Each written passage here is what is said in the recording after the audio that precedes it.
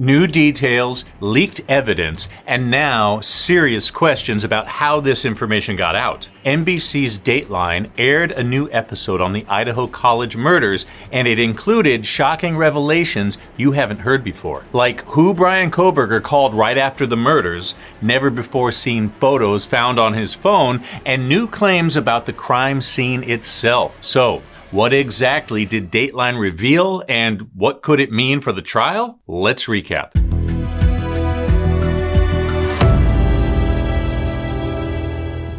On May 9th, Dateline aired a special episode called The Terrible Night on King Road, but this wasn't your typical true crime rehash. The episode revealed brand new details about the Bryan Kohberger case, details we weren't supposed to know. And now, a judge wants answers. Who leaked it? And did they just violate a court-ordered gag?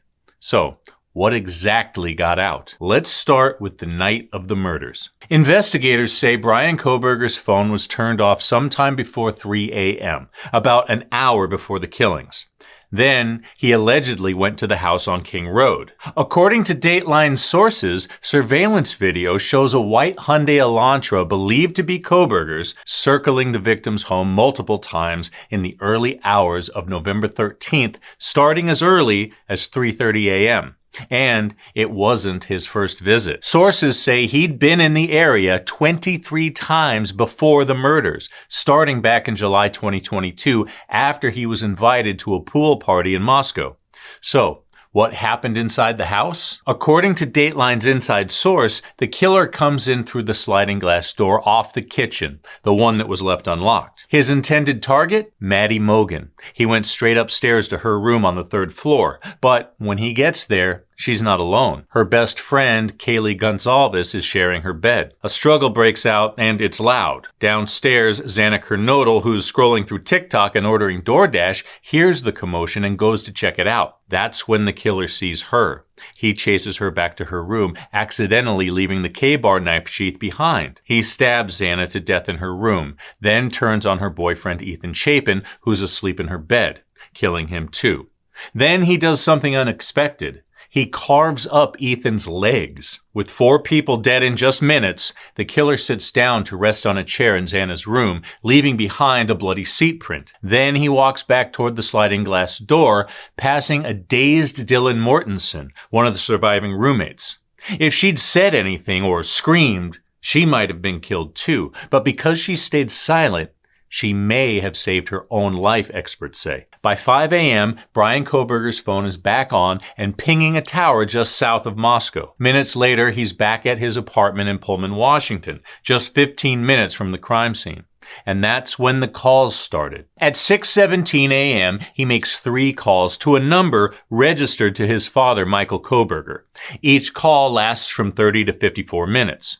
But that number? It's part of a family plan, so investigators don't know exactly who answered or what was said. Still, prosecutors say they plan to call some of Bryan's own family members to testify at trial. And those early morning calls, made just hours after the murders, could become a key part of their case. Then, after 9 a.m., Bryan's phone pings back near the crime scene, within 100 meters of the house. To put that into perspective, that's the length of 2 Olympic-sized swimming pools. He returns to his apartment not long after, and at 10:31 a.m., he takes the now infamous selfie, the one where he's giving a thumbs up. And all this happened hours before 911 was ever called. The surviving roommates didn't dial for help until just before noon. But the early morning calls and the locations aren't the only things investigators uncovered on Bryan's phone. When they dig deeper, what they find in his search history and photos raises even more red flags. And it's not just creepy, it's deeply disturbing. In the months before the murders, he was reportedly searching terms like sociopathic traits in college students and can psychopaths behave prosocially. He also looked up pornography using keywords like drugged, sleeping, and passed out. And then there were the images. Lots of them. Pictures of female students from both Washington State University and the University of Idaho, many of them in bikinis. Sources say the images look like they were pulled from social media. And some of the women, they're connected to the victims, friends or followers of Kaylee, Maddie, and Xana. He was also obsessed with another killer, Ted Bundy. He reportedly searched for Bundy online, even reading a paper written by one of his own professors about the serial killer. And in the weeks after the murders, he watched YouTube videos about Bundy, even taking selfies wearing a black hoodie, just like Bundy wore in one of the videos. He also Googled his own name and searched for news about the University of Idaho murders, multiple times. Then on the night of his arrest, December 30th, 2022, while at his parents' home in Pennsylvania, he searched and listened to one song in particular, Criminal by Britney Spears. But his search history didn't stop at creepy photos or serial killers and Britney. He allegedly went shopping, but not just for a new knife. He searched for a sheath. You probably already know he bought a K-bar knife and sheath on Amazon in March 2022, months before the murders. But according to Dateline, after the killings, Bryan browsed Amazon looking for another knife sheath. He looked at both generic knife sheaths and K-bar sheaths, just like the one left behind at the crime scene. He never bought one, but the timing raises serious red flags. And as for the murder weapon itself, that's still a mystery. One working theory, he may have tossed it, along with other evidence, into the Snake River during a trip south toward Clarkston, Washington, about 45 minutes from Pullman. But it wasn't just what Dateline revealed, it was the fact that they revealed it at all. There's been a gag order on this case since 2023. No one's supposed to be talking. Not law enforcement, not attorneys, not potential witnesses.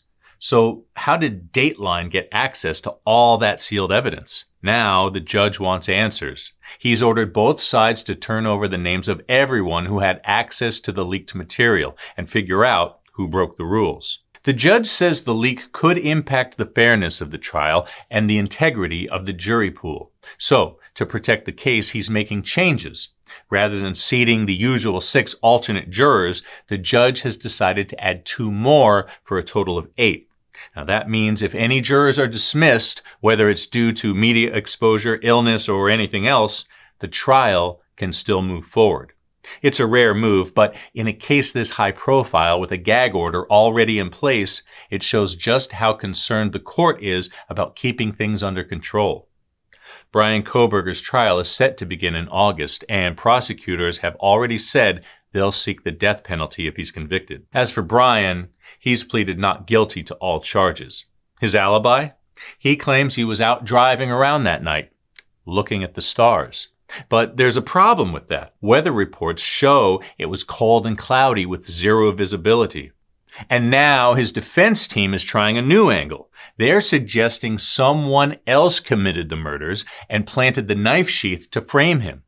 But the judge isn't having it, at least not without proof. He ruled that unless the defense presents actual evidence of another suspect, they won't be allowed to bring up that theory at trial. Do these leaks change your theory about what really happened on King Road? Or just confirm what you thought all along? Let's talk about it in the comments, and if you like getting all the crime in half the time, I'm Chris. Amy and I are here 3 times a week with new recaps. Remember to give this a like and subscribe so you never miss a story. Until next time, take care.